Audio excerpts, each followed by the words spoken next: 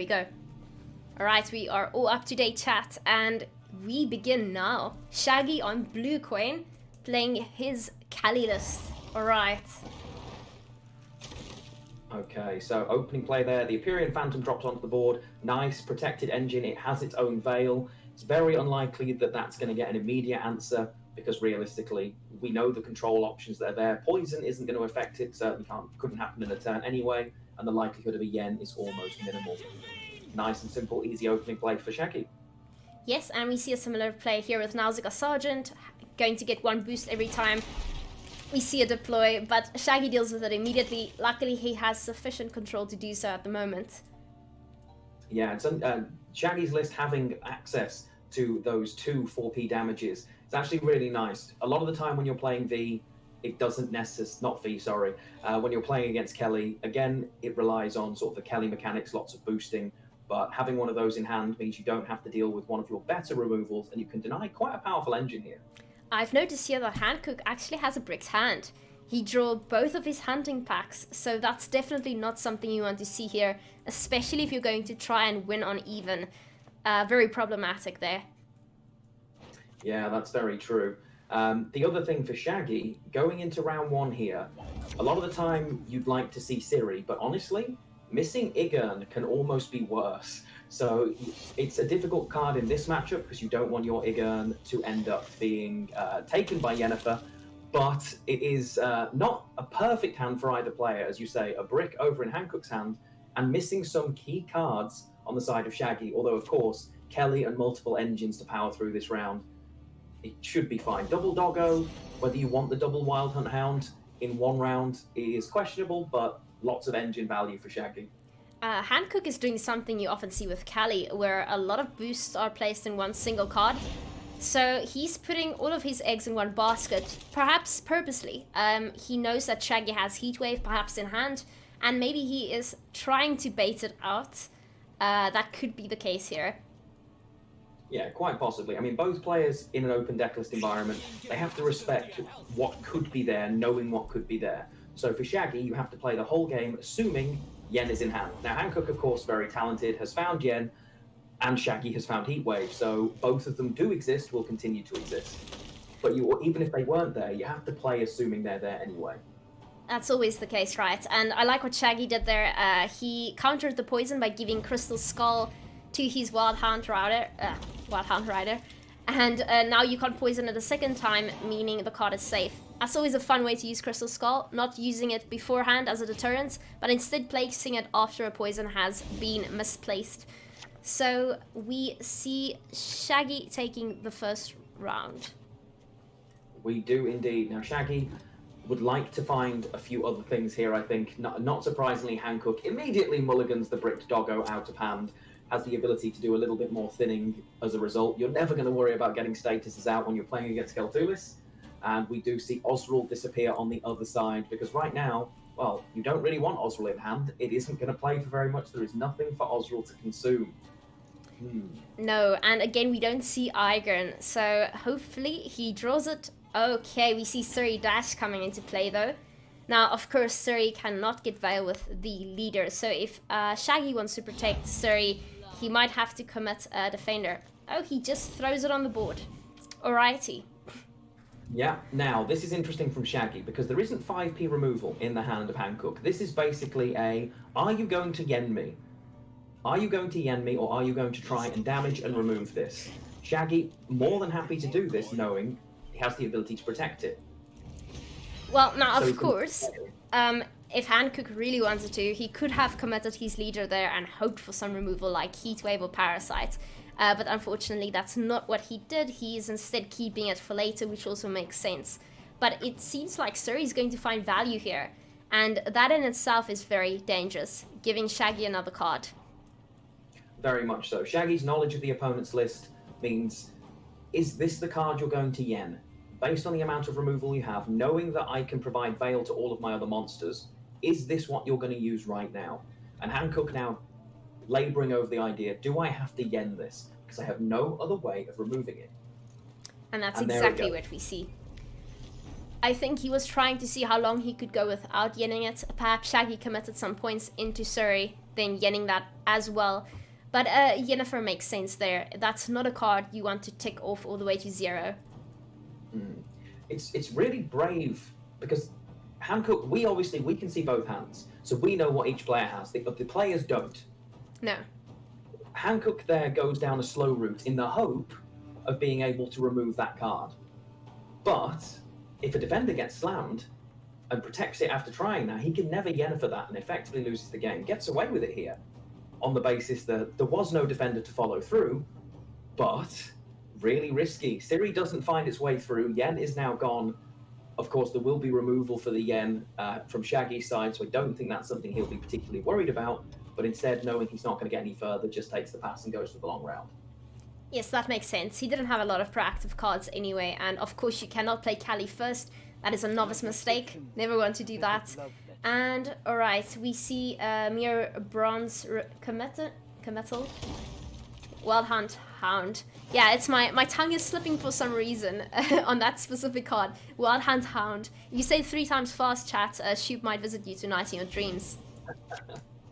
Quite possibly. Now, we're going into... Oh, and finally the Oneromancy pops into hand for Shaggy and a Spore, which could find some serious value in this matchup because Joachim. There are a lot of things missing still. Still no Eigen, still no defender. And mulligan into a Squirrel, at least it wasn't the last mulligan, certainly not something you want in round 3, with no real need for graveyard access, but a very talented final draw there does see Igern pop into hand.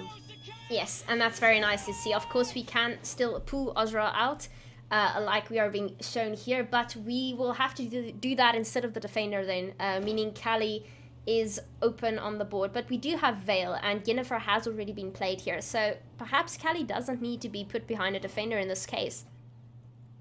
No, quite possibly not. There will be the option of putting Carapace on it to veil it. There is no movement in the list as far as I'm aware. Instead, Nero comes straight out for Nithril, going to try and take... Still has dominance, doesn't even need to give it veil. May choose to, though. May choose to do so. Interesting choice. Shaggy's kept his Purify. Feels great because you can purify off one of those poisons when one of those poisons does come out. But Hancook here appears to... Okay, so Hancook has Spies, doesn't have Coup in hand, has Ciri, but has no way of protecting the Ciri, has no Masquerade Ball in hand, and the only way of getting it is taking Roderick. But then you can't take Coup for the extra plays, so not everything in hand here for Hancook either. It's going to be really interesting to see the maximum points attainable from that. Of course, on Shaggy's side, also playing around that leader, having to consider, when do I play my cards? Yes, it's quite ironic that Hancook doesn't have all the cards he needs, yet has an entire handful of legendaries. So he can't really complain that much, but he did miss a few cards that would obviously have helped quite substantially. So we see Eigen coming down. Now we see 1 leader charge being used on Nithril. So Nithril is safe, and we don't even have to worry about Masquerade Ball right now, but he's going to have to decide whether he wants to use Roderick on Masquerade Ball or a potential Coup. It will definitely depend on what he decides to go with here. Yeah, it most certainly will. Remember, Ciri also needs a certain number of turns to be pulled off, although I don't necessarily think Ciri survives. Just going to see a Brathan's drop down here, setting up as much engine value as possible on that side with the Assimilate cards, and it's, to be honest, just a lot of points as well. Probably protecting that Slave Hunter to keep the damage available and accessible, which is nice. Yes, and hopefully he will get dominance at some point, and I do gather that that's what he's going for by using Emissary on his Slave Hunter. Now, the Assimilate just needs to tick off enough, but Nithril will likely be targeting his highest cards now in order to circumvent him getting dominance. Now, question is, what does Shaggy go with here? It's too early for Callie, so he's going to have to go with something else. But does he want to remove any cards? That's the thing, right? I would say so. You want to get rid of that Slave Hunter. And it goes instantly, keeps dominance, which wasn't overly in threat, and we get to see that disappear. Trades for more than just its value, because the damage and the potential engine value disappears as well. There's a lot of points in Hancook's hand, even without Masquerade Ball. Yes. Masquerade Ball isn't a guarantee either. There are 3. Oh, no, actually, it is, because if you miss, you end up getting Coup, and you just Coup again. Yeah, so it is a guaranteed Masquerade Ball coming down from Hancook. which is really scary on that side.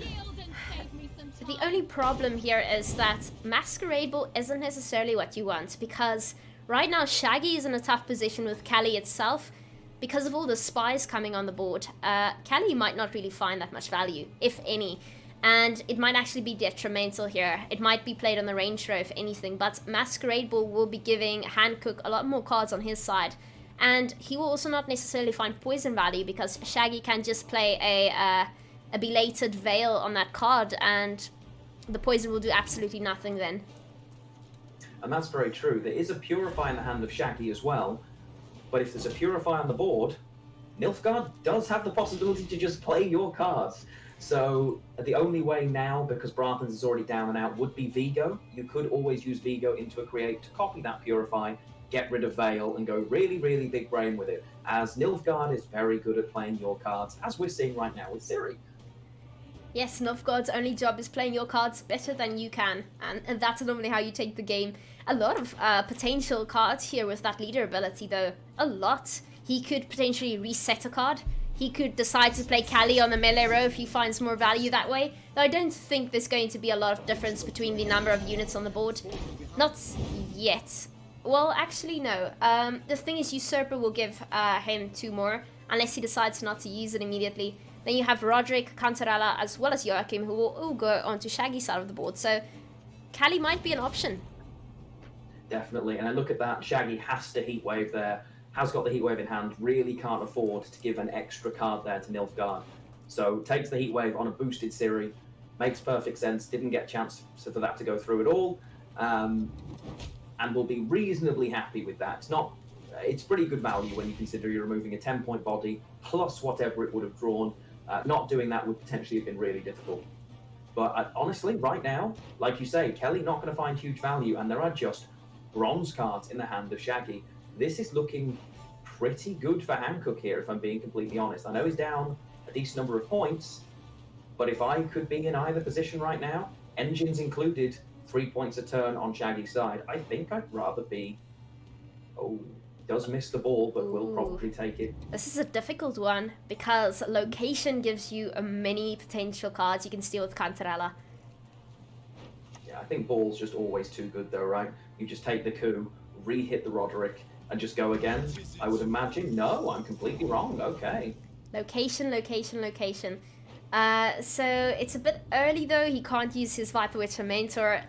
He can go for it and see what happens. He instead decides to take 6 points. Okay, and I suppose the 2 leader charge Shaggy's holding, as you say, you're not going to find a huge amount of value in the poison. Sure, you can proc it, but you're only playing into Keltulis, so not taking it does make sense, even though that is a minimal number of points in ball. Even just in spawns will create more points. The poisons probably don't transition through.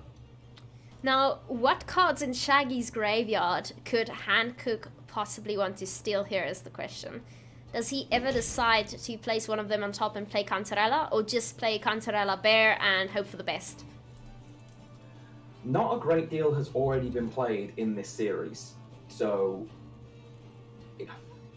I would imagine it will just be a play at some point. I don't think it's going to come down to needing a specific card.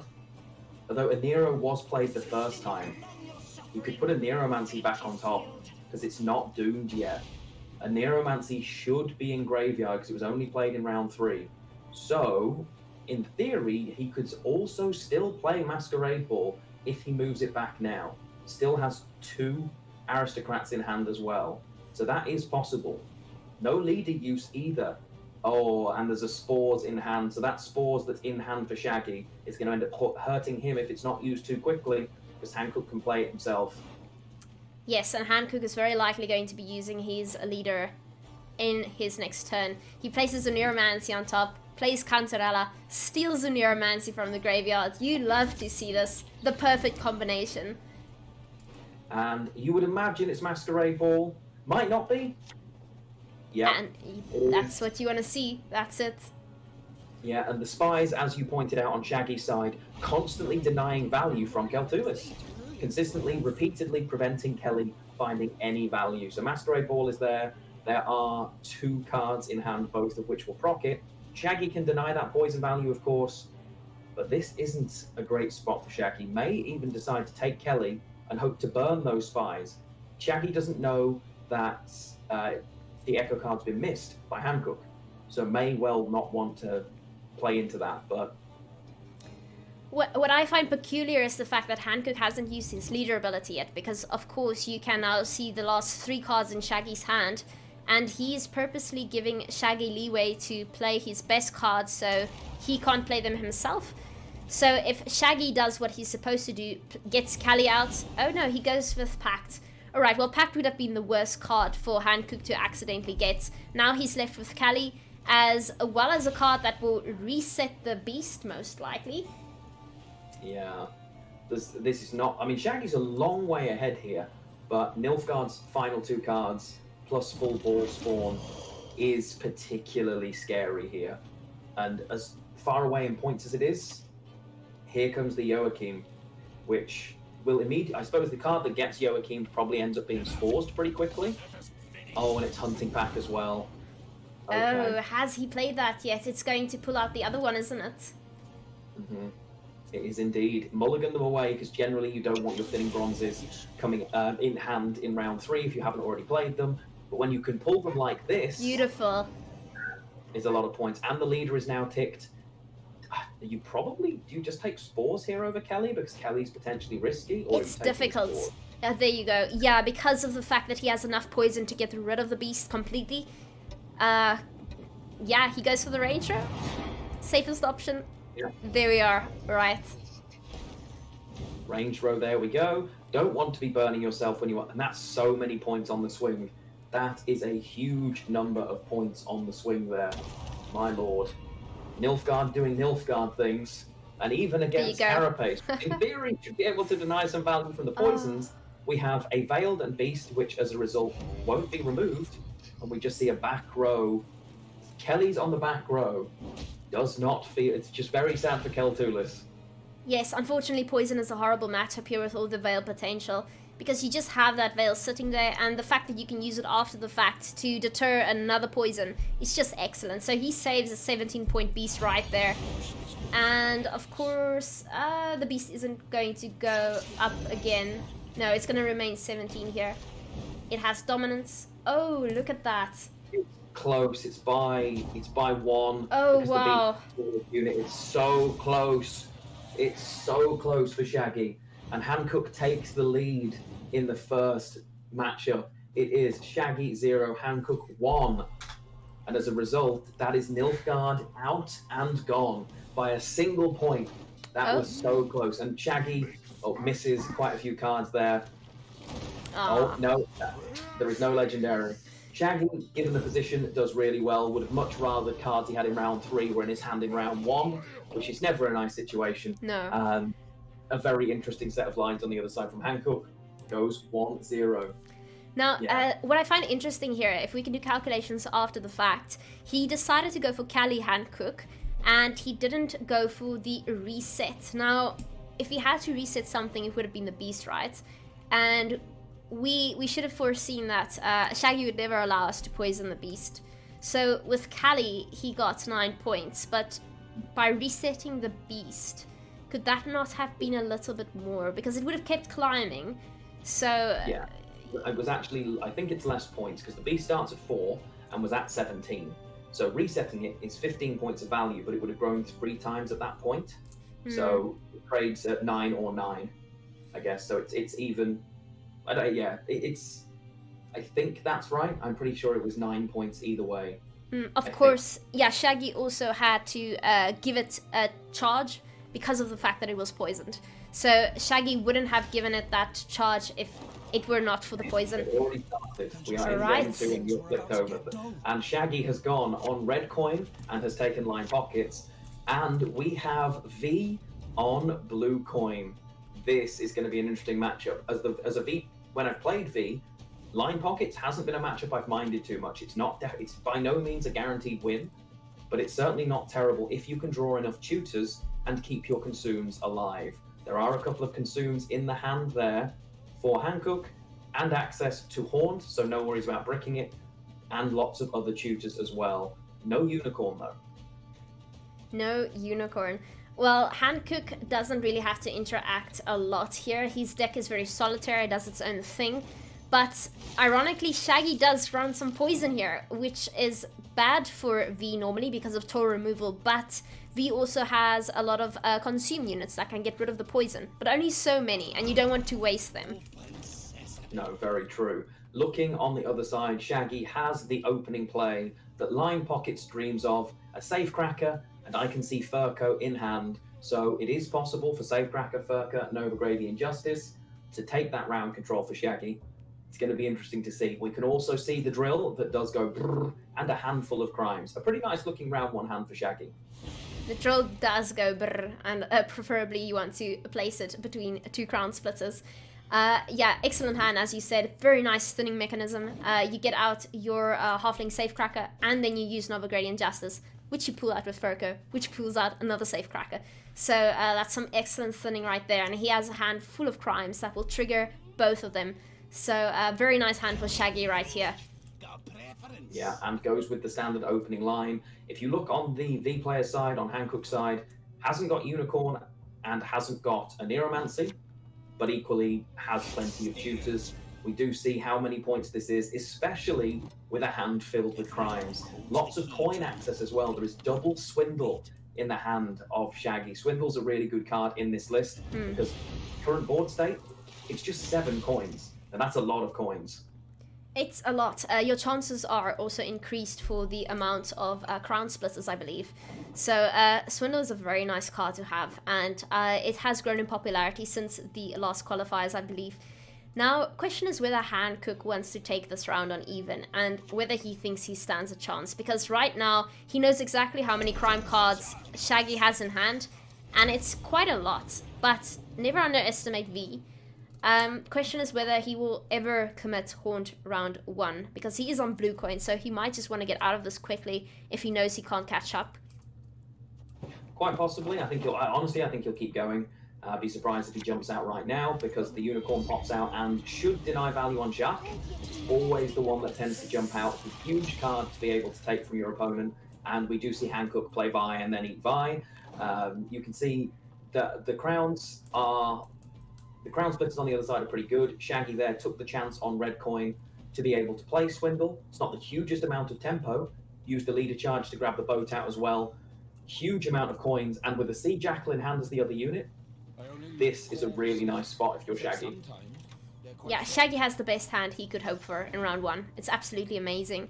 And Hancook is...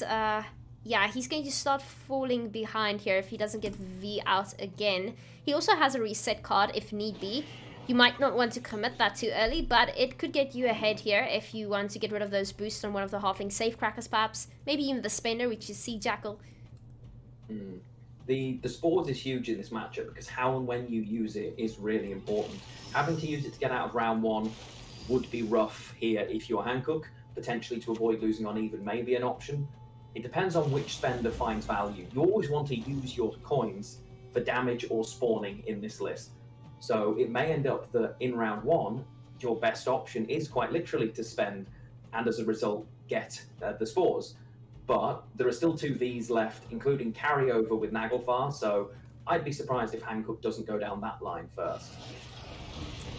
Yeah, losing on even is definitely not something you want to do in this case, and I see he's keeping his Crystal Skull, which is very wise. It's because he's looking out for the poison. So the moment he uses it, that will probably be the cue that he's preparing to pass. I think I'd expect it to go now, needs to get ahead, can't afford to stay behind here. Crystal Skulls to make sure that that consume stays on the board, so it doesn't have to use the leader charges in the next turn, because it's going to be Vi next, I believe. I think. Are you sure? Are you sure it's going to be Vi? I don't necessarily expect a Haunt in this round, so I could be completely wrong, but I would say we're probably going to see Vi next from Naglfar, as it effectively acts as carryover to guarantee a gold card.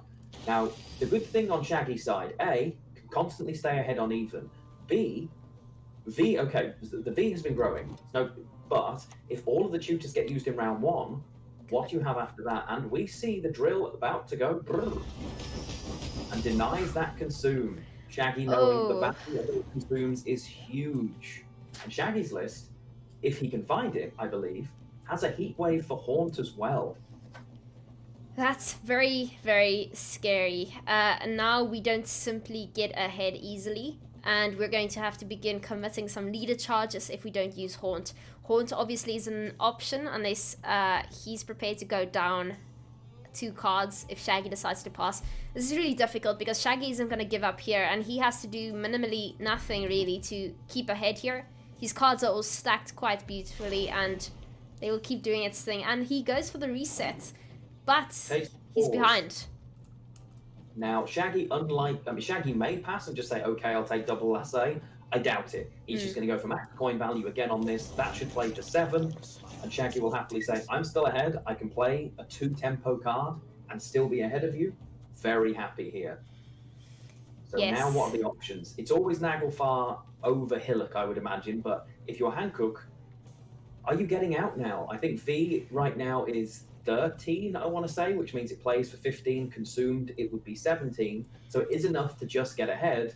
But you know you're just trading down. You know you are trading for bronze cards, bronze crimes in almost, well, in 2 of 3 cases, that you aren't gaining from that. And Hancook may take the decision to pass here. I mean, the nice thing about V is, even though he might be committing a lot here, which he decides to do, it does serve as a little bit of carryover, merely because of the fact that it keeps growing. So V in a short round is extremely powerful, but it's also powerful in a long round. V remains very strong, but Hancook knows that Shaggy has at least 2 crime cards left in his hand because of the revealing a crown splitters, Halfling safe crackers, which are also crown splitters. That poison won't find any value though, but he might try and force Hancook to pass here by throwing the poison out and pretending that he has to. He could have another one with Fistic. It could do, very much could do. I'd be surprised if Shaggy doesn't push to stay ahead here. Has the option to do so. Can literally just literally play crown cards. Doesn't need to threaten the poison, because can just stay ahead on even constantly. But if Hancook does commit this last one, it'll be all of Shaggy's carryover gone to do so. But it will also mean Hancook has no option here but to use the last leader charge, and takes the pass. Alright, so that will make Shaggy very happy. Winning on even, it's always something you want to see. Now, Shaggy has absolute round control here. He can decide whether he wants to go for a long round or whether he wants to bleed V, which isn't always easy. He could go for bleeding out Haunt, perhaps. But the thing is, if you bleed V, V is still left over and is very large in a short round. So we'll see here what Shaggy decides to do. I see he has drawn Cleaver, an exceptionally strong card right there. He's also got his Gourd. Very nice in a short round too, but not nearly as big as V. No, definitely not. But a strong card to be able to drop. If he probably chooses to hold it, depending on whether he's going to push or not. A nice looking hand on the other side, although that Forktail is going to be particularly sad, as is the Squirrel, actually. Yeah. Hancook is basically picking this and saying, I figure you're going to give me you're just going to pass here.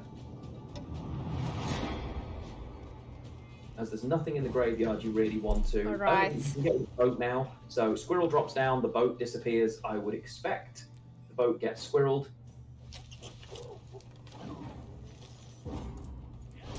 Okay, so Shaggy decides to go for a long round with double last say. Exceptionally powerful, and the fact that he has multiple poisons is not good here for Hancook, because Hancook might not be able to deal with them, seeing that he is lacking cards. He gets rid of the Folktail, maybe gets rid of the other Folktail, of course. We are not playing against Arachaswom here, and Folktail will not be finding that much value. No, it definitely won't. And so there is a Neuromancy drawn on the other side. So Shaggy has found a Nero, found Philippa, has Poison and Cleaver. Very nice. Not too many crimes, but also not really a pocket for Cleaver. So not the end of the world. Access to a decent number of coins there between Dip and the Poison.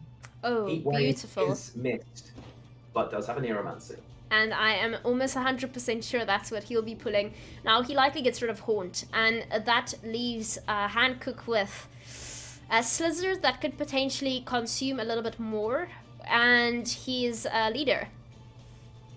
very true, although he has enough consumes. Even if Haunt does get heat waved, it will at least spawn one consume. Can only play V twice anyway. So I would say Shaggy in a pretty good spot here, especially with double lasso and the hands looking quite as they do. There's no reason even necessarily to kill this lizard right now. Could just steal it. Could decide, actually, that's pretty good value. I'm going to deny you yet another consume here, and I'm just going to Philippa this out of existence. It's an extremely nice target, and that's exactly what he does. You don't really find much more value than stealing a consume card from a V player. And he goes with something else. Thrive. Alright, okay, well, he has a long round, he's going to get some value out of it, and he says, well, I have Heat Wave, I have Poison, keep your consume card.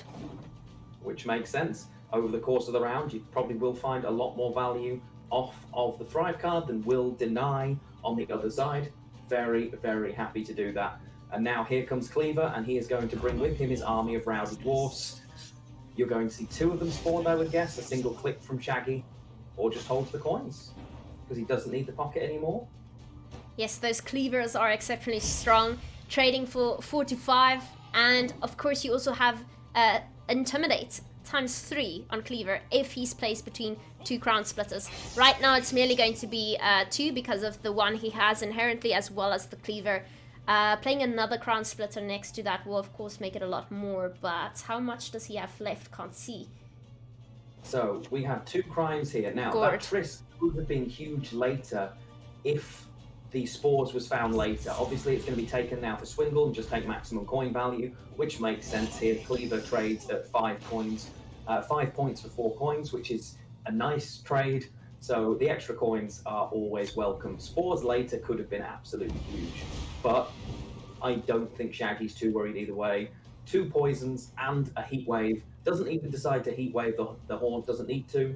Could just heat wave the largest thing on the board when all is said and done. So we'll be pretty happy with the situation he's in. Yes, Shaggy has some nice round control here, and I think he played it exceptionally well here. He's just sitting back, letting V do its thing. He can deal with it afterwards. There's no rush. Now, the next one will be more interesting. He can't really commit poison here unless he's prepared to lose 1 Tor removal. He might just go with Gord now.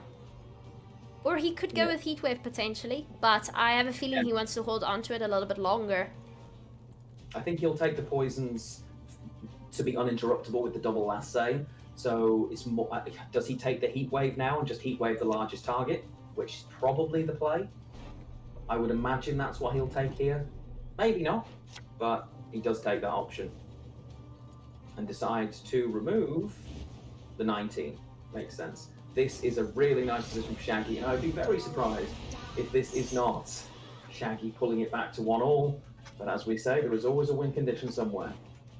That is Still very true. Really left. Okay.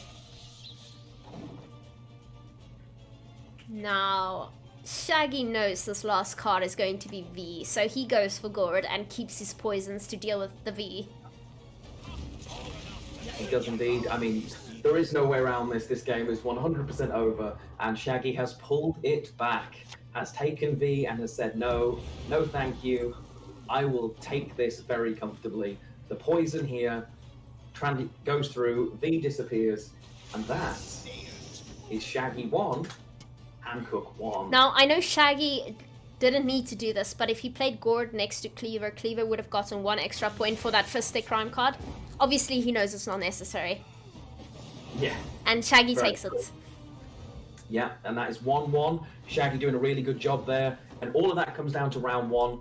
Really, really great opening hand for Shaggy and plays it perfectly. Pushes, takes control of the fact that he's on red coin, does a great job.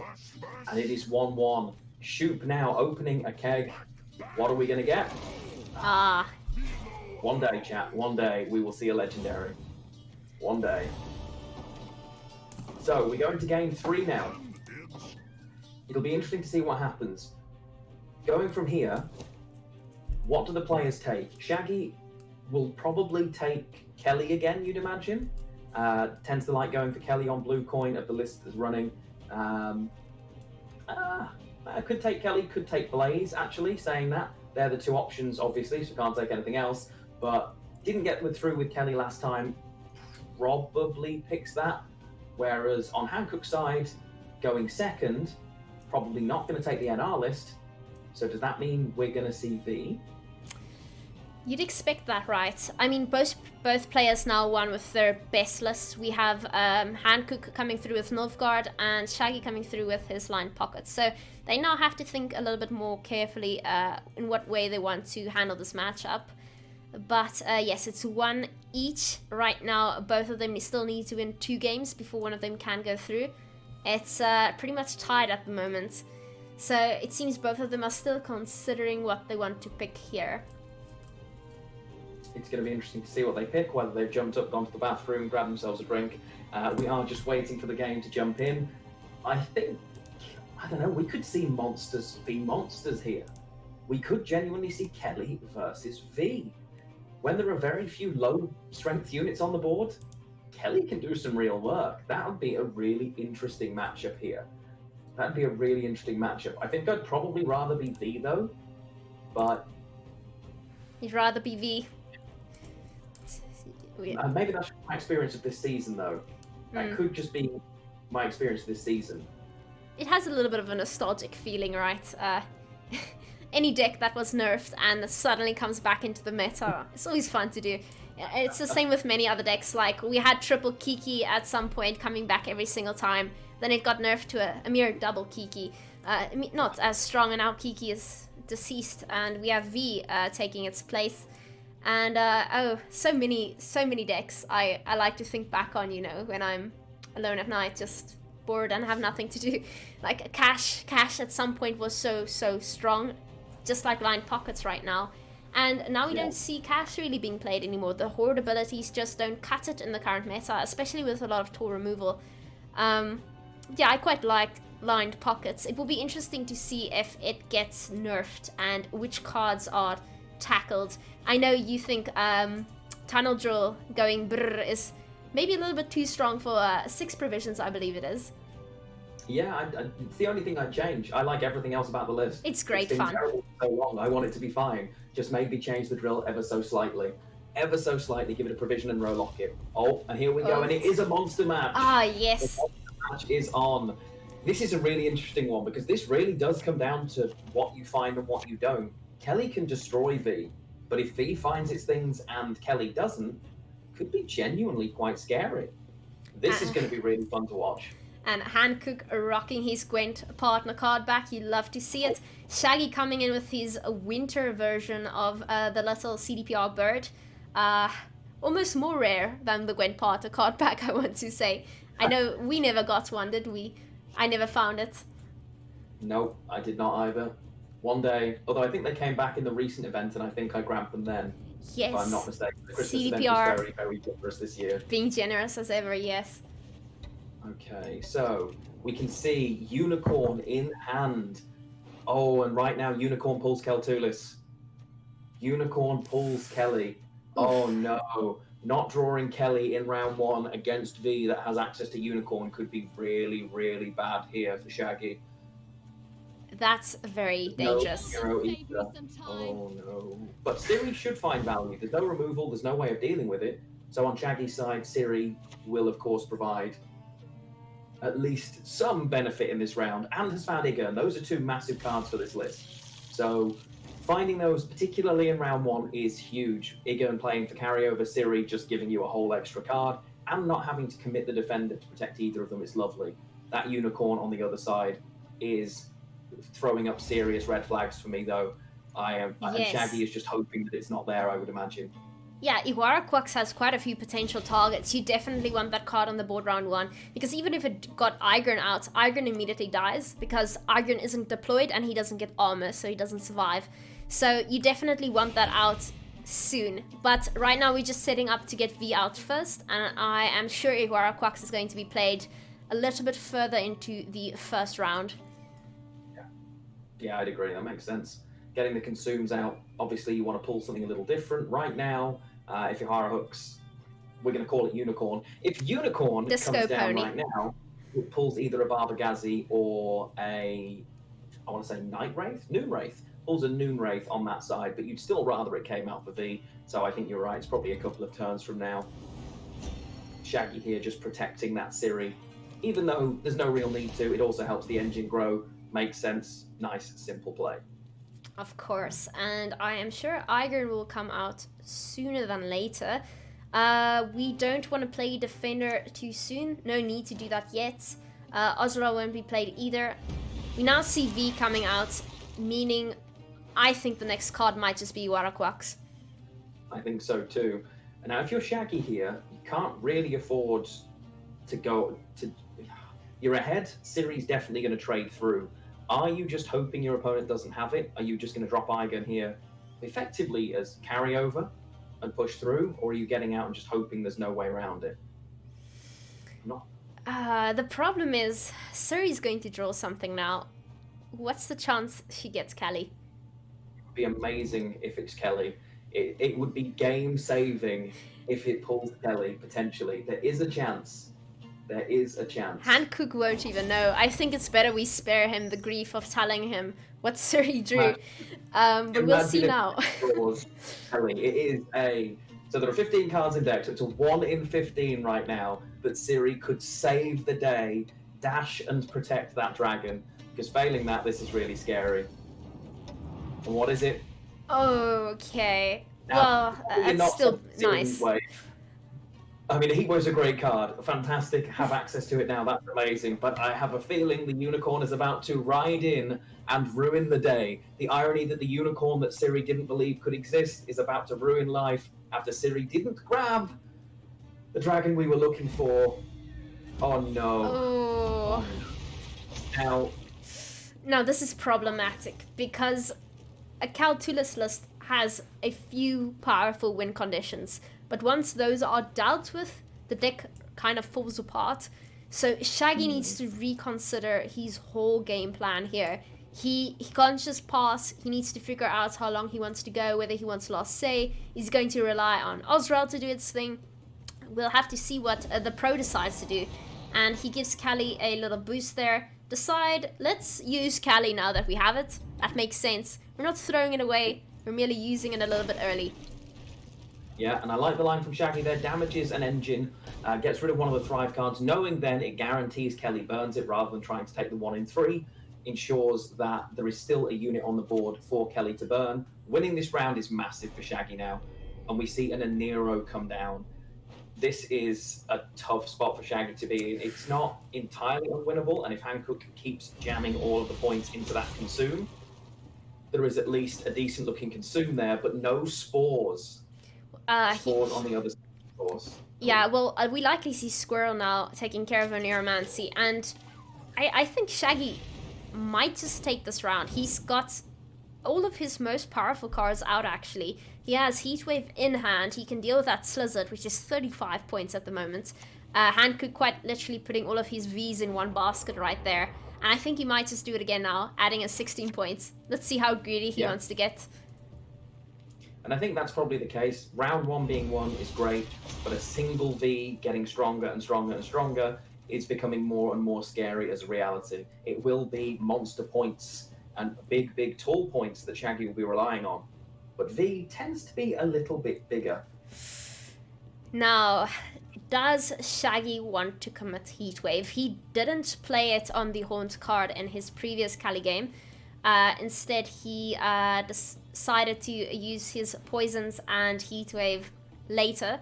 No, it wasn't a Kali game, sorry, it was the Line Pockets game. But my point still stands, he didn't use Heatwave on Haunt and rather on the effect of Haunt. Does that ever change now with him using Heatwave on his Slizzard? It does. And there we go. This is a rough spot now because Kelly burns itself. To Heatwave that, Kelly burns itself. That's one of the difficulties. You really don't want that card there when it is there. But does get the win on even. Yes. Oh, this is going to be tough. There is still a Haunt, which will now definitely trade through. Naglfar managed to guarantee another gold card, and there are multiple basically unanswerable consumes on the other side for Hancook. Looks like Shaggy's going for a potential sweep on the other side if this continues to go the way it looks. Well, Shaggy once again has round control here, and he alone knows the best situation here for him. If he wants to go for a long round or a short round, he might just go for the long round. I'm not sure here. It's quite a difficult situation in my opinion. You can't really bleed V. You can bleed out Haunt, but you might be left with one big V in the end, which is also very problematic, seeing that Heatwave isn't in the picture anymore. Yeah, and that's kind of one of the problems. Oh, that Forktail. Yeah, Forktail not going to provide a huge amount. Shaggy is in a rough spot here because going into a long round, I don't think without Kelly is in a good spot to win. Going into a bled short round, not having got every single V in Haunt is also terrible. So the line for Shaggy potentially here is my opponents miss things and I'm going to push and try and win with as many points as I can. It's going to be rough. Is it possible? Has still managed to miss Spores, which is huge, and a Nero, which both could have traded for massive value here, as well as multiple engines that could have at least assisted. Shaggy not drawing too well here. Does he ever just throw away his Forktail right here and get rid of an engine?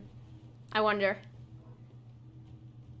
It depends on his game plan. I think he's going to attempt to get Haunt out, and the moment the Haunt hits the board, he just passes. Takes Maxi, tries to guarantee better draws for going forward. I can see the logic of that. Whether that will indicate I intend to pass or not, who knows.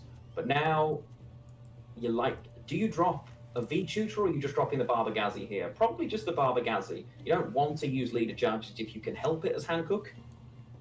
And there's no need to, really. There's no need to. He knows exactly what the strongest cards are that are left. And they're quite limited. They're all in Shaggy's hand. So Shaggy is going all in here if he decides to commit to these cards.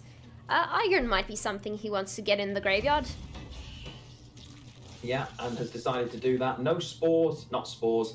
Squirrel was mulliganed away by Hancook for the Igern.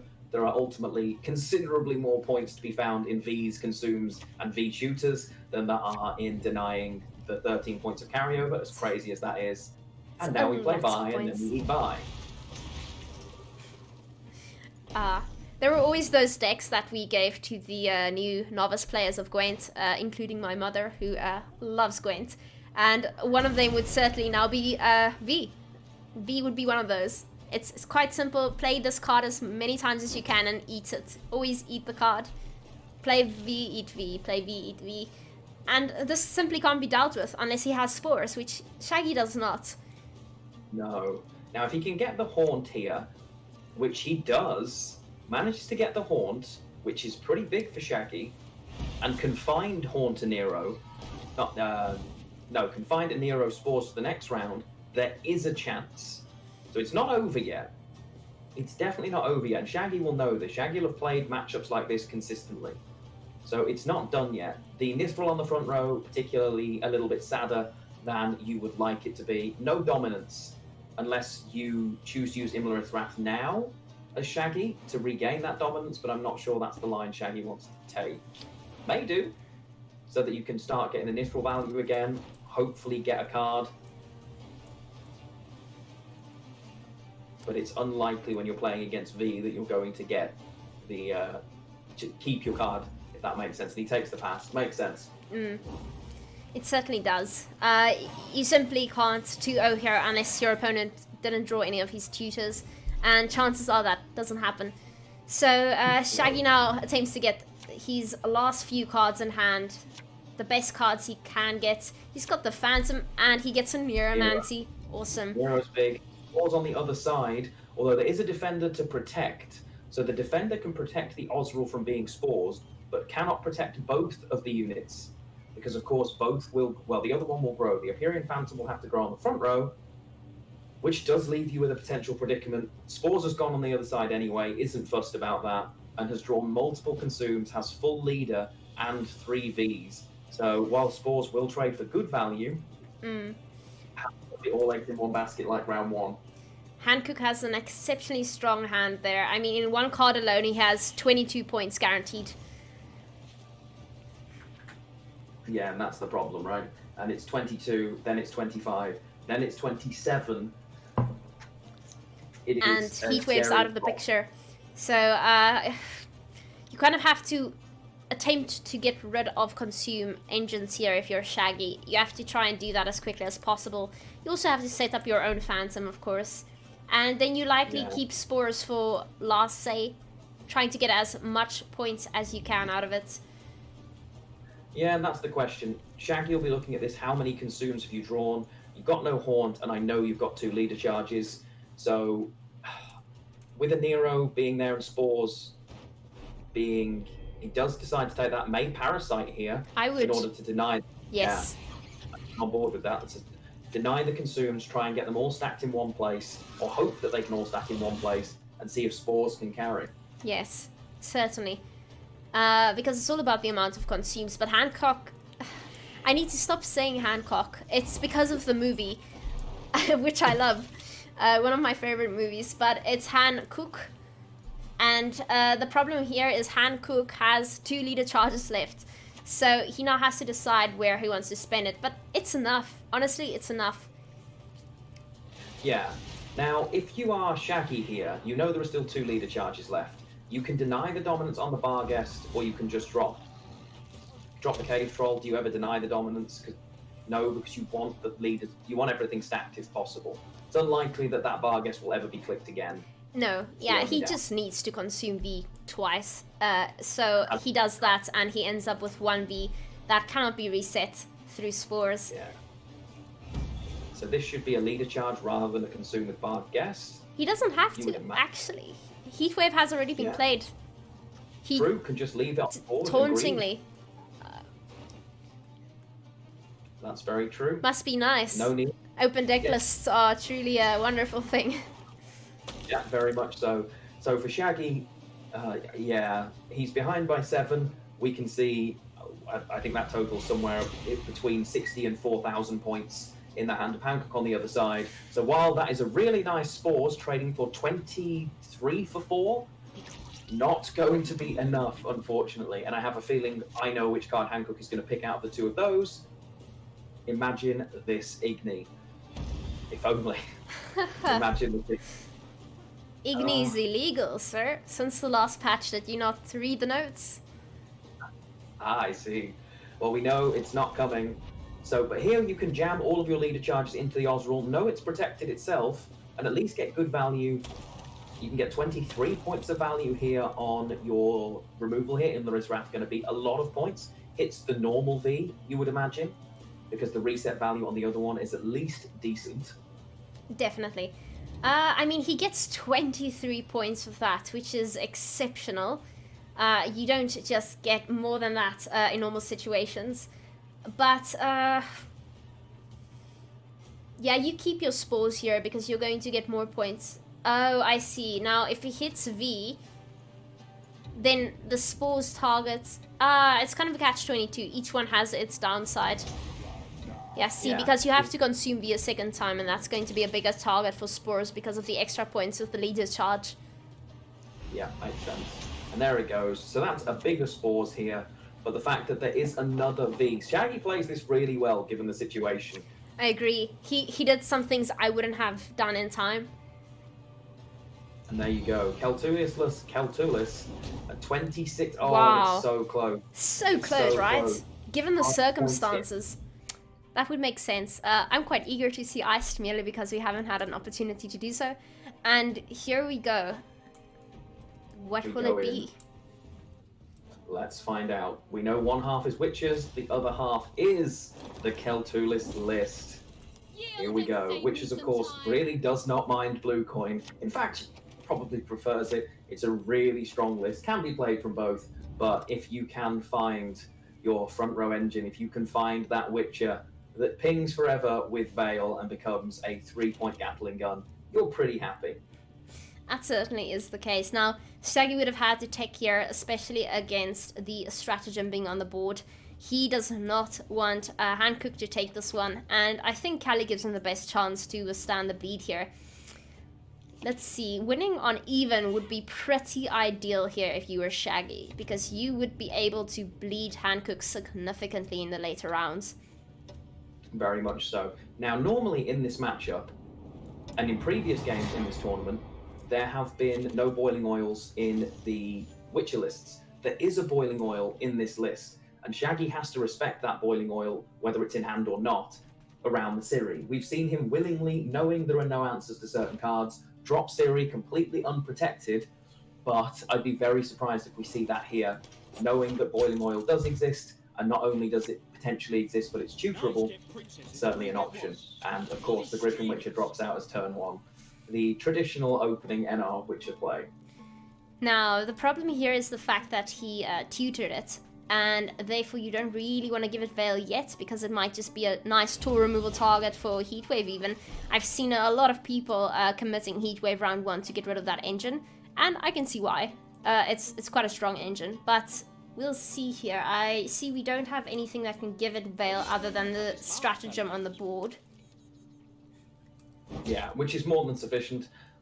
We see the defender drop down turn 1, which means I expect to see Siri drop down turn 2 here, if you are Shaggy, saying, I'm going to play this. It's the only thing I really need to protect from Witches, because you have there's not a huge amount of control in the list. Obviously, we do have the Griffin Witcher, as we say, but it's a single damage per turn and then random pings. The Veil will inevitably end up somewhere near that Griffin Witcher shortly, but here comes Siri. Yeah, that makes sense. Shaggy can go quite deep here if he wants to win on even, and it's totally understandable. Also, Hancook does run Yudin, he doesn't run Heatwave, he doesn't run Prince Anzi, so we don't really have to fear that part of the removal. We're more afraid of Yudin later, but he can't really deal with the defender here. He can try, but it's going to take a while, and I don't think Shaggy will let him. Yeah, and it's certainly not long enough to get through it completely. Interesting couple of lines there. So, a great hand on the other side from Shaggy to start with. He has found a Neuromancy, he found Siri, and he's also found Igern in opening hand. All cards you really want to find in round 1. Hancook's decision to give Veil to something other than the Griffin Witcher probably says to me, I don't think I'm getting to the point where we're going to have that many cards on board. I'm going to provide it onto the other engine. Additionally, I don't want to play into massive toll removal when I know you're running Spores, I know you're running that kind of removal, and this is one of my more valuable engines. Interesting choice to push that Veil onto there, as it had to be tutored, doesn't want the card being too tall. We also didn't draw Vizimir. We didn't draw Atlant. Now, of course, we can use Geralt to get one of those out, but sometimes you don't want to commit him yet. And of course, we use that to instead get him a Selective Mutation. Selective Mutation there is the option, a lovely card.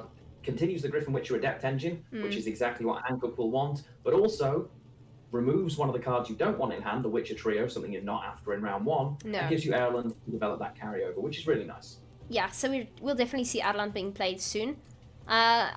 Question is, do we see Vesemir at this point? Maybe not. It's not always necessary to play it that early, unless you really do want to win the round. It does have carryover potential, so it doesn't matter too much.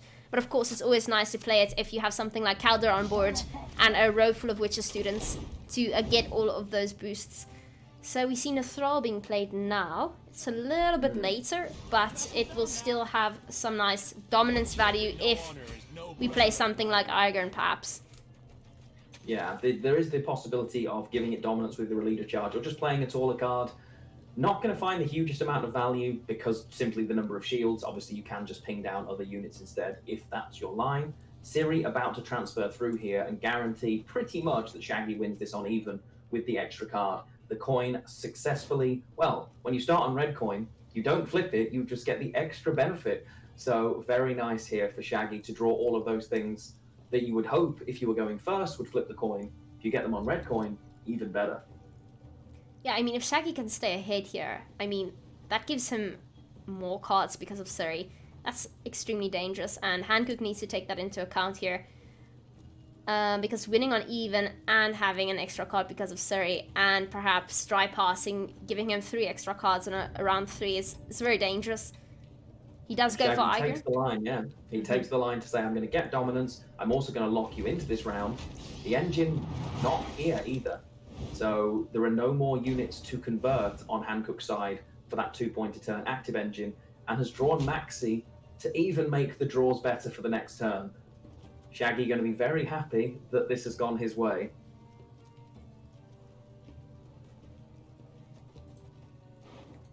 I said 3 extra cards there a while back. I think it might be 2 under the circumstances, unless someone decides to go a card down and still loses on blue coin.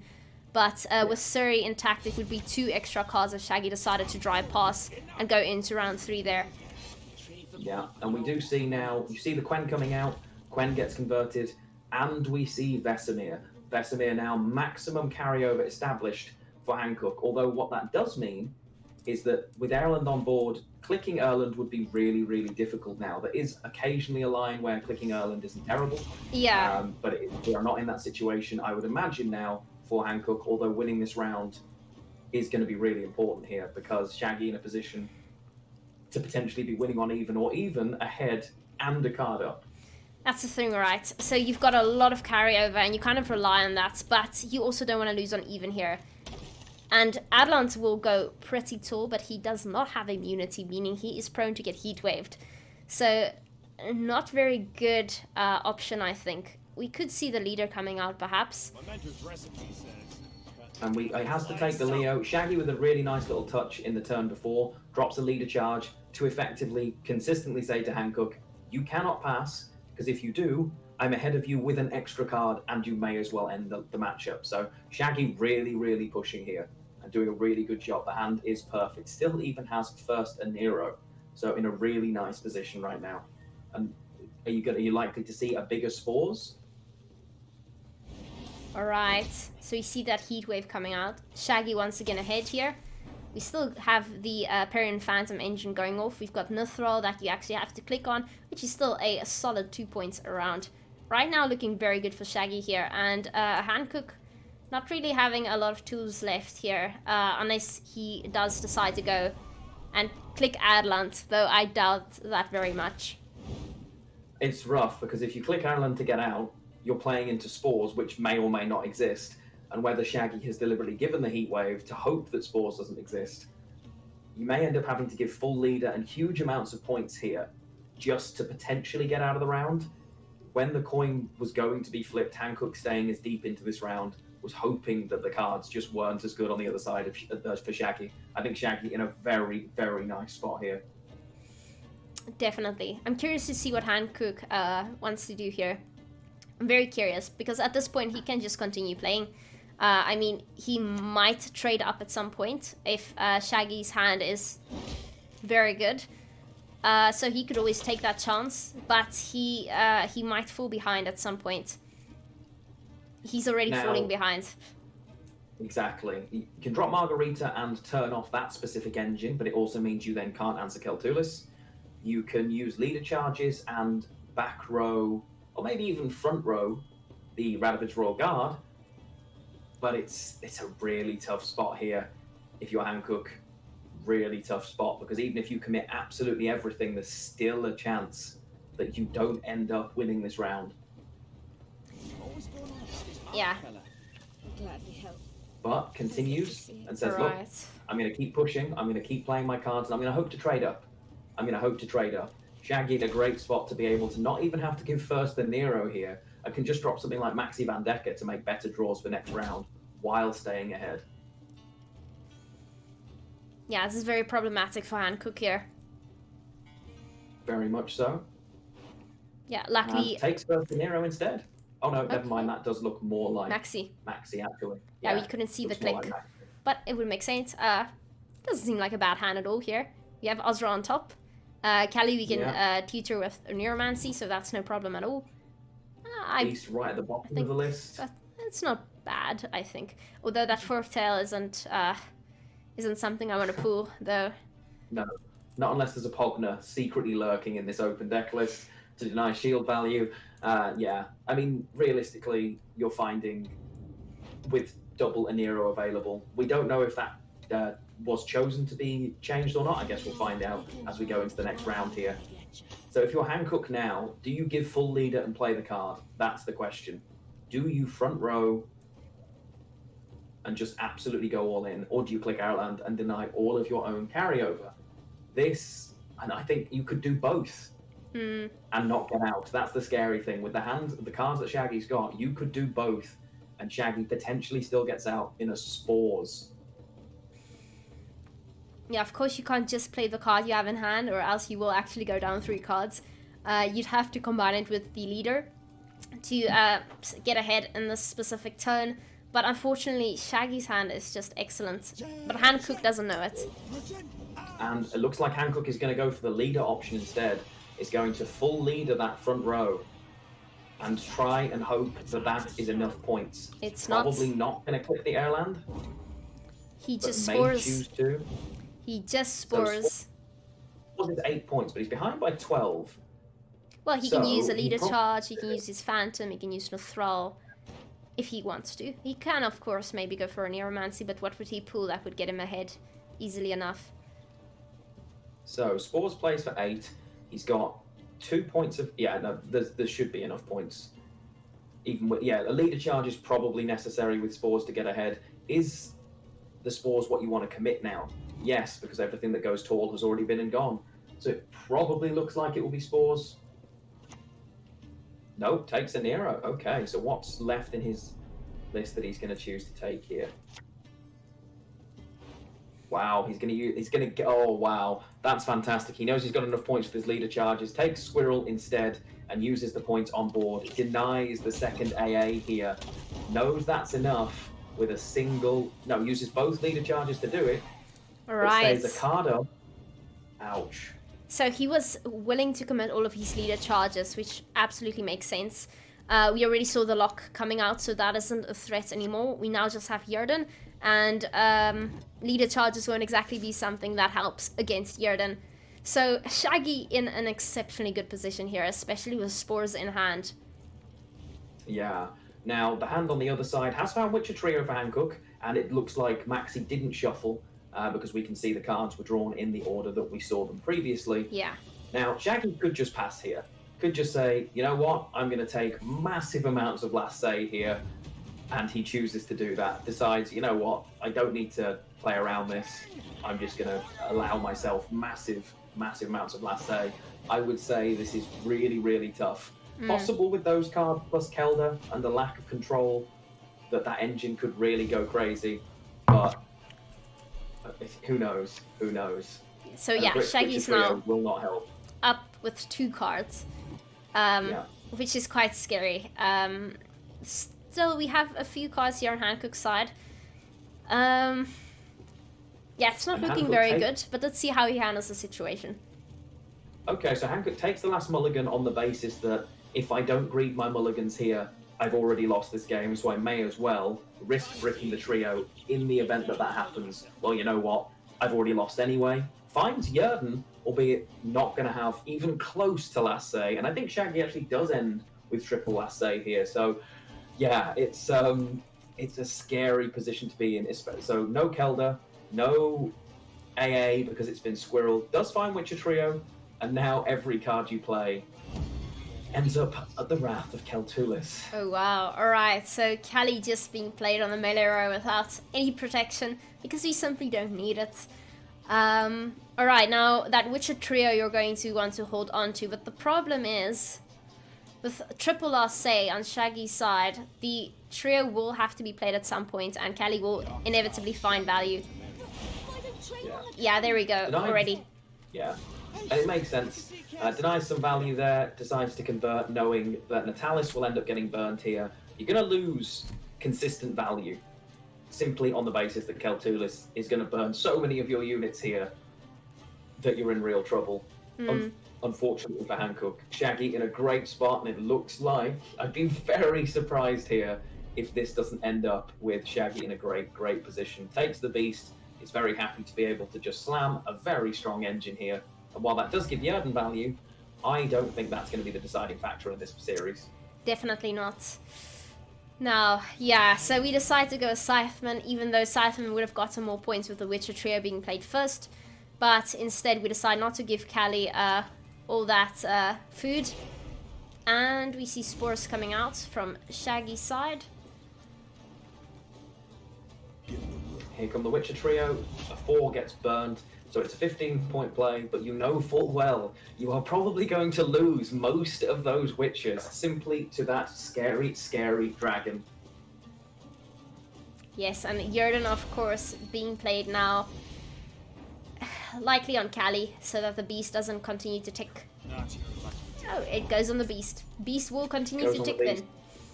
Yeah, I mean, I think Hancook acutely aware that this is GG here. Yeah. And Shaggy levels it up at 2-2. Can Shaggy once again sweep NR Witchers from underneath him and book his place in the finals? Will he get to the Gwent Open? GG, it is 2-2, and we go into a final game, which means we know it is going to be Blaze Iced on blue coin against NR Witchers on red. Winner, no. Ironically, Yerden won't find value here.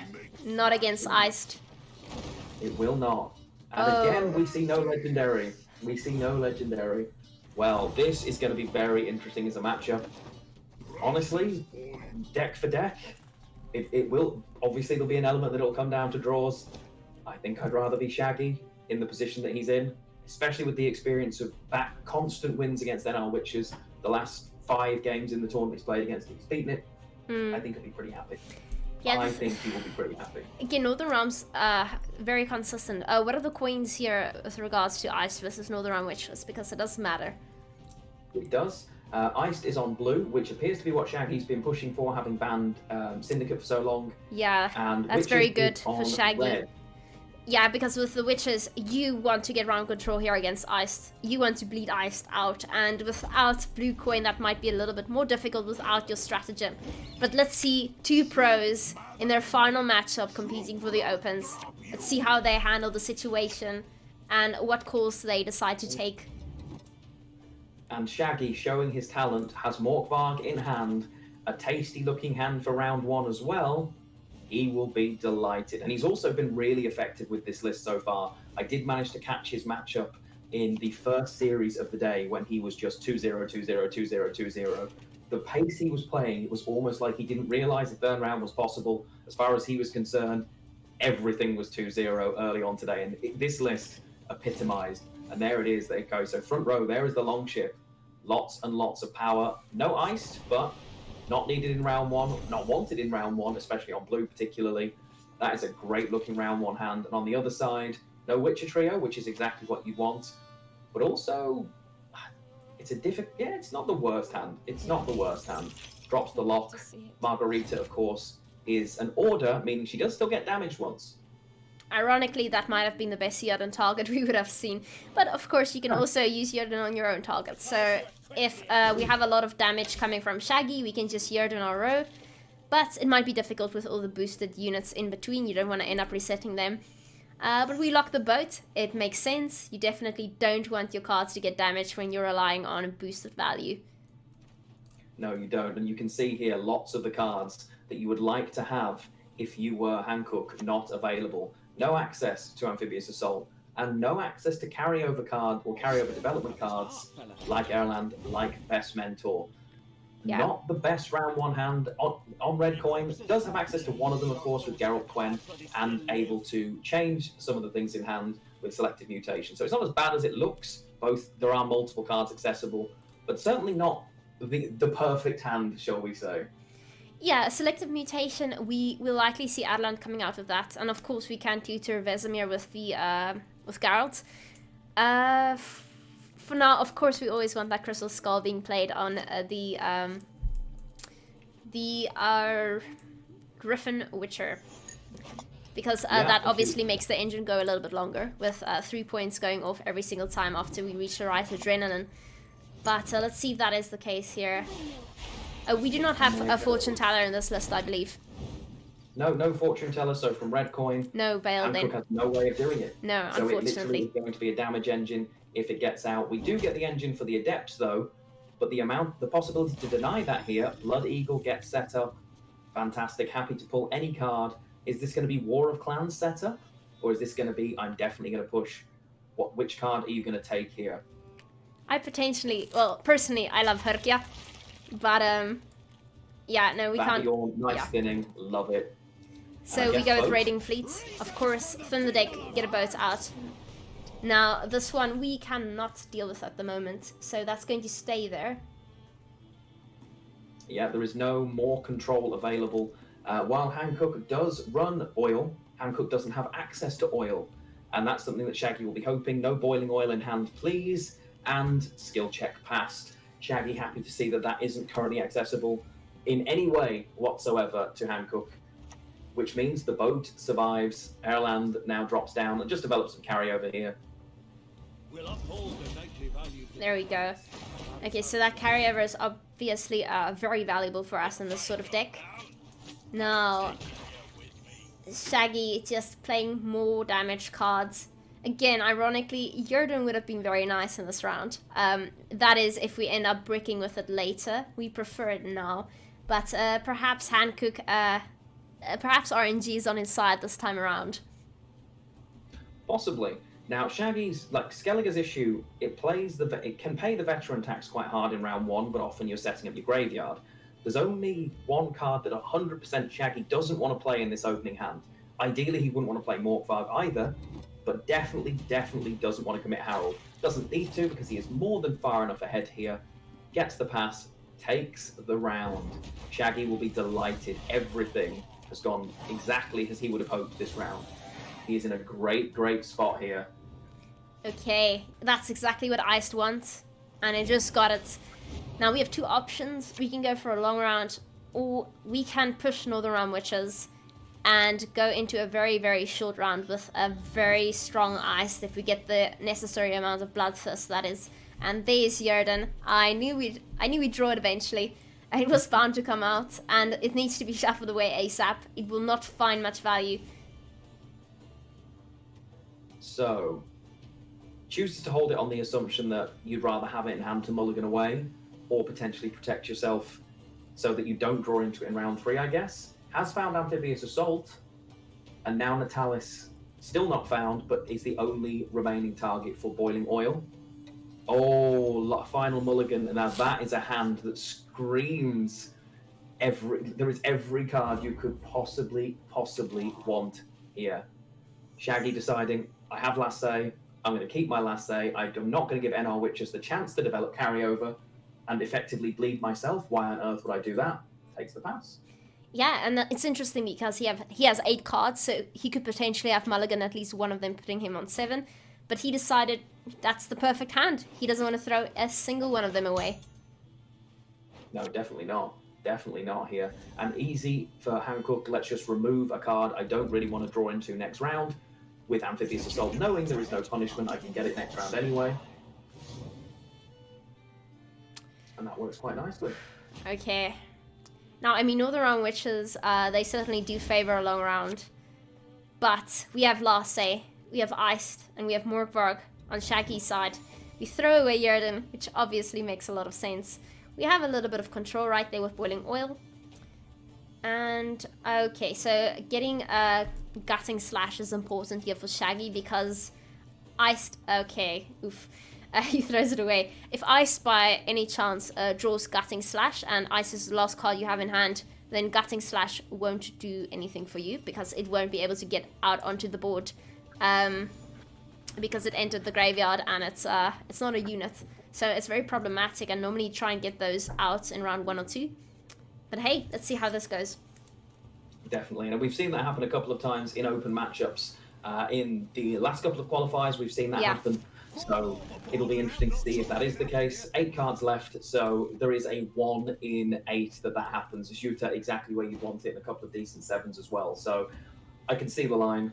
Shaggy must be very delighted with this hand. It'll be 1 in 7 by the time Shaggy gets there, actually, because we'll probably have played Blood Eagle first. But has Stage 3 Harold, has every veteran you would want to see in your final round. Morkvarg, Totem. This is a great spot here. Although no Bricked Viper Witches for Hancook, which is pretty good. And you can unpunished pretty much drop the Harold, hoping it'll survive. Although I think we probably end up seeing the Boiling Oil almost instantaneously on that to deny a lot of value if you are Hancook. Yeah, the thing is, Griffin Witches definitely do want a long round too. But with all of this control and all of this damage, Shaggy's just in the perfect situation right now. And yes, of course, we deal with Harold off the bat. Can't have that surviving.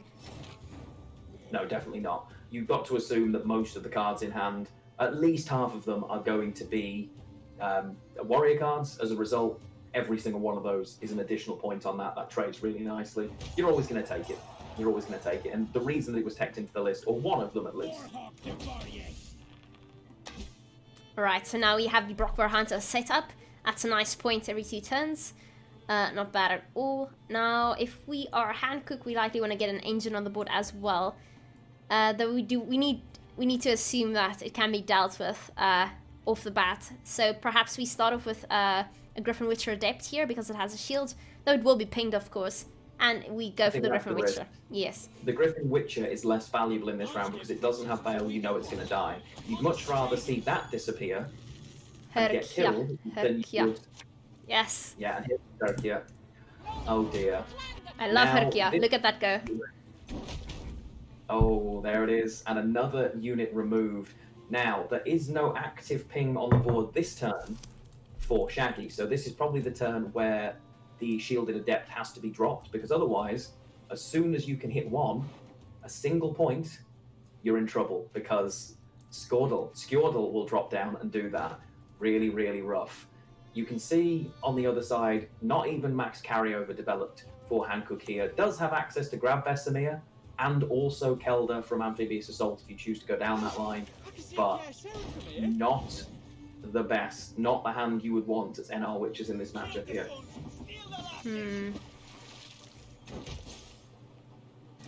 Now, we can't get rid of this card immediately with the cards on the board, but we can, of course, just use a damage card in Shaggy's hand. Well, no, okay, he's boosting it first. And then he will convert this Witcher, and the engine, one would imagine, is now in trouble, because I expect to see a single ping. Yeah, definitely. And Shaggy must be feeling fantastic about this matchup. So far, it is going really well, and after multiple attempts, getting into every one of the qualifiers for the Opens and playing so well, Shaggy really on the verge here. Yes, and Hancook putting up quite a fight as well. It's 2 each. So this is the determining last game. It's all about this game. And then we start all over again with a new season and a new Open we have to compete with. But I do believe the one that falls out here will be going down to the next bracket that we'll be casting. That's correct. So you still have one more chance. If you fall out right now, it's not the end for you yet. Okay, so we see that being dropped, and of course the Griffin Witcher Adept is gone now. So it is now Hancook's turn. What do we play in this scenario? You're likely to try and play Kelda, I suppose, at this stage. Maybe the Witcher trio for the points. Kelda as an engine, though, is literally 2 points a turn, assuming it doesn't get answered. Yes. And the number of choices, the amount of power and points, we can see effectively 2 Bear Witches are available to deny it as well, with the damage, as well as the damage on board. Just takes the Griffin Witches, pops them down there. I keep calling them Griffin Witches now. The Witcher trio drops them down there. And it is a nice looking situation for Shaggy. Has answers to everything Hancook could throw, and Hancook hasn't even got everything that he would like. So a pretty good spot if you are Shaggy. Yes, it's a very good spot. And yeah, he doesn't go for Calder. He instead went for the trio, perhaps trying to keep Calder alive for longer. Not sure. But if we're Shaggy here, we are definitely keeping some of our cards there for Bloodthirst too. Though I doubt we need to worry, because Herkia has 3 random pings, so that could cause Bloodthirst too. But we have seen things happen where the one Bloodthirst card gets destroyed instead, and then you're back to square one. That's also misplays that have cost us the game in the past. Okay, so now we are going to see Geralt Quen here, I believe. Geralt Quen going to come down. You'd imagine you're going to try and negate some of that Bloodthirst here and play Vesemir. No, takes the Kelda instead. Okay, he's going for Kelda, staying back row. Now, I was thinking he might do this, because I haven't played Herkia in quite some time, but I believe she gives 3 random pings to cards on the same row. So now he's trying to make sure that she doesn't just constantly ping Calder. That's what I'm thinking. Damage on board. It is a little scary, though, as there is enough damage here. If you choose to, it's not that big a threat. The row is almost full. So it's only 2 here more we go. turns to get more value. But instead, oh, never mind, take it back. We are literally going to remove it regardless. Why not? With that many points, Why not? And even can just take the 7 out of the graveyard, get rid of and it's going to be by several points here. It is going to be by quite a long way, I think. Wow. He got the full ice value right there, getting Bloodthirst too, also using his leader, putting something directly into the graveyard. He gets rid of Calder. Leo is played, but at what cost? That's just going to get more barked, isn't it? Yeah. Of course, Shaggy we also have has Scythemans. Wow. This for Shaggy is, and he must be floating right now, it is looking particularly great with that remaining 3 cards, just developing all the Bloodthirst possible, still keeping his composure, denying as much value from that leader as is humanly possible here, and Herkia helping with another ping on a unit to remove it. Yeah, Herkia certainly doing her thing if she isn't answered. So we see Amphibious Assault coming out here. Makes sense. It's a lot of points. Yeah, the Kodwani Knight is nice in this. And there goes the leader as well. Maximum value you're going to find here. And of course has one more Scytheman, but the Scytheman doesn't catch even before the Morkvarg. And it is Shaggy who takes it and qualifies for the Open. Shaggy has done it, and Hancook will be dropping into the lower bracket to face off against Gravesh. Wow. GG, Shaggy. GG to both of you. But we congratulate Shaggy finally getting into the Open after qualifying so many a time. Truly well deserved, Shaggy. So now we have 1 spot open for the Open in April, and Shoop unlucky, unlike Shaggy. Now, I do believe that CDPR has organized a little interview for us, and we will likely have Shaggy on soon enough, and we can ask him some questions regarding his matchups and maybe some of the prep that goes into this sort of thing. We will be indeed. So I think you and I need to quickly jump into the analyst desk, is my understanding. So it will quickly switch us over, because I think that's where we're going to be doing it, or we can just invite him into a call, entirely up to you, and we can ask him how he is feeling right now. Well, I'll quickly hop onto here for now. And on your end, is there anything that Shaggy prefers? I will find out. Just give me 2 seconds, All right. and I will get in touch with Shaggy right now. And we will get him in here, and we will interview him. Well, thanks so much for joining us, Shaggy, and congratulations. That was amazing. So well deserved. And we have some questions for you if you're up for it. Yeah, sure, go ahead. All right. Lionheart, why don't you go first? What is on your heart? What do you want to know? So, again, firstly, congratulations from me. Watching your games earlier this morning and today has been so much fun. You've qualified, or you've been into the very later stages of lots and lots of qualifiers this season, and you've come so close. Have you done anything differently this time than you've done previously, or is it just constantly keep going, and knowing that you're more than good enough to be where you are? Yeah, honestly, there wasn't anything special I did differently this time. I made top 4 in every single qualifier, and in one of them I eventually had to qualify, right? Can't just make top 4 every time and not make it. It's impossible. Definitely. Just try again. Now, I mean, not a lot of people are actually capable of getting into the qualifiers every single time, so that alone is very impeccable. And who are you most excited to face in the Open events? Right now we have Pajabo, Red Rain, Tailbot, Bard, Cams, Forever YOLO, and you, of course. Is there anybody you're looking out for or prepping for specifically? No, I'm not gonna prep for anyone in specific. Just try to bring a good lineup that includes good decks. As for who I want to face, well, not Red Rain, obviously, because he's my teammate. Other than that, I really don't mind too much. I would like to face Bard, actually. I want to test him. I want to see if he can perform under the pressure of an Open. You have so many Bard commands in your channel. It may be one of my favorite things ever. Bard and any vowel in Shaggy's channel, literally will bring you a command. They're brilliant. I absolutely love them. Bard's response is kick, so I think we need this matchup to happen yesterday. Make it happen. So the lists you brought this time, Was there any particular prep or reason you've gone for this? You seem to have been hard banning Syndicate. Is that's obviously a tactic for the list you're running? Yeah. So in prep, we decided for best of 5, by far the best tactic, no, by far the best ban you have is Syndicate. Because in best of 3, we saw it was actually possible to target Syndicate, bringing Nilfgaard and Araka's Queen, Araka's Swarm it's called now, I guess. But in best of 5, there's just no extra deck that is actually good against SY, so banning it's just a super consistent, super strong deck, so banning it makes the most sense. The rest of my lineup wasn't really trying to target anything super in particular. Like, we have some decks where the matchup charts basically don't really align with each other. For example, like my entire lineup except for the SK is good against Vi. And like I just decided to go for like decks that have a very good matchup in general into the field as opposed to targeting anything in particular. Yeah, I mean, that makes sense, and it's obviously worked very, very well for you. You've had a particularly good day, including a reverse sweep earlier. As soon as you saw NR Witches, and you've done so well against it, were you quite happy to be in that spot?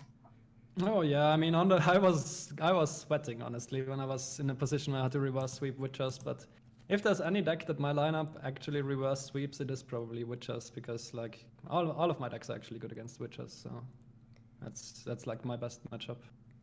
Yeah, we could see, and I mean, luckily Jurden didn't really affect you at all, so that was nice to see. And just a personal question I find interesting, I saw Araka Swarm really got quite popular these days, and a lot of you, well, every single one of the top 4 of you didn't bring it. You brought Kali, and I believe Hancook brought V. Is there a reason you decided not to go the Araka Swarm route? Is it too predictable, or...? Well, no, not really. So one reason that I brought Araka's Queen for day, or like Araka's Swarm for day 1 and not day 2 is that like one of its better matchups, or one of the reasons to bring it, is if we want to beat Syndicate, which was not the case in day 2. And other than that, I used to believe that the monster matchups were actually like a triangle. AQ beats Kelly, Kelly beats V, and V beats AQ. But in testing with Red Rim yesterday, when we tested Kelly versus AQ, we found out, hey, that's actually not too bad with 2 Forktails. Like, 2 Forktails, Kelly has a very competitive matchup against AQ too. And it's a good matchup against V too, so it's a good matchup against NG, which is gonna be very popular, so that makes it like more preferable over V, which just hard loses to NG. So it just seemed like the best monster deck to bring for today by far. All right. And I don't know if chat is attempting to troll me here. A lot of people are saying you're retiring. Is there any truth to this? Excuse me, I'm what? You're retiring. Apparently you're retiring now. So Retiring? No. I'm just starting out this year. I'm just getting started. My plan for this year is qualifying for World Masters and as many opens as possible. So okay, wow. Definitely gonna see more from me. Hey, that's a very admirable goal right there, and I'm sure if anybody can do it, it will be you. And I'm very glad to hear you're not retiring. That was rather odd. Yes, it would be a bit early in your career, I think. And Lionheart, are there any other questions you want to get off your chest here? Yeah, definitely. Just a quick one. You mentioned you prepped with Red Rain yesterday. Is there anyone you want to specifically shout out and thank for prepping with, who've helped you get to where you are right now? Definitely shouting out all of Team Aretusa. Like, actually, it's funny that day 1 I was planning to bring a different lineup until Damo actually brought up the possibility of the be good against SY, ban something else lineup. So I basically got my day 1 lineup from Damo. And I mean, I prepped together with Colemoen, Red Rame, Drift Bling. Like, shout out to my entire team. Like, the preparation has been great, and so many people are available to prep with me, even though they basically don't benefit themselves from it at all. So really amazing teamwork there, and I just have to shout out my team. And I also shout out to my girlfriend for cheering for me and sending me messages after every match I played and stuff like that, and doing little cheerleader dance for me to get me ready. Sounds like it's definitely helped both the team, and clearly your better half has also done the same thing. That is definitely where the win condition came from, so that's really sweet to hear. And I guess, unless there's any other questions from Tia, this is just a huge congratulations, and we cannot wait to see you in the Open. Yes, and thank you very much. Anybody else you want to shout out, except for the girlfriend back home? Anyone else before we end this off?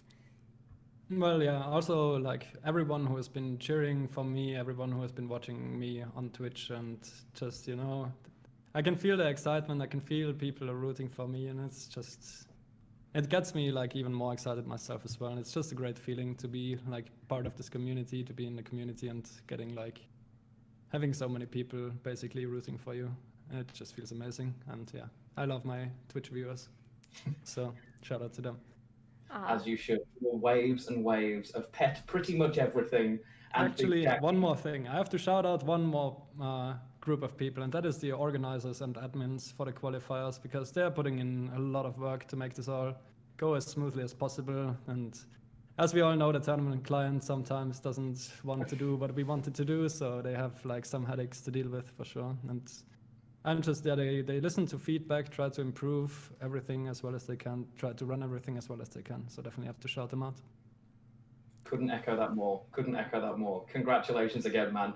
Go and enjoy yourself. This is hard-earned and long overdue. Be great to see you at the Open. Yes, congratulations, Shaggy. And remember, guys, Shaggy is a streamer. You can check him out.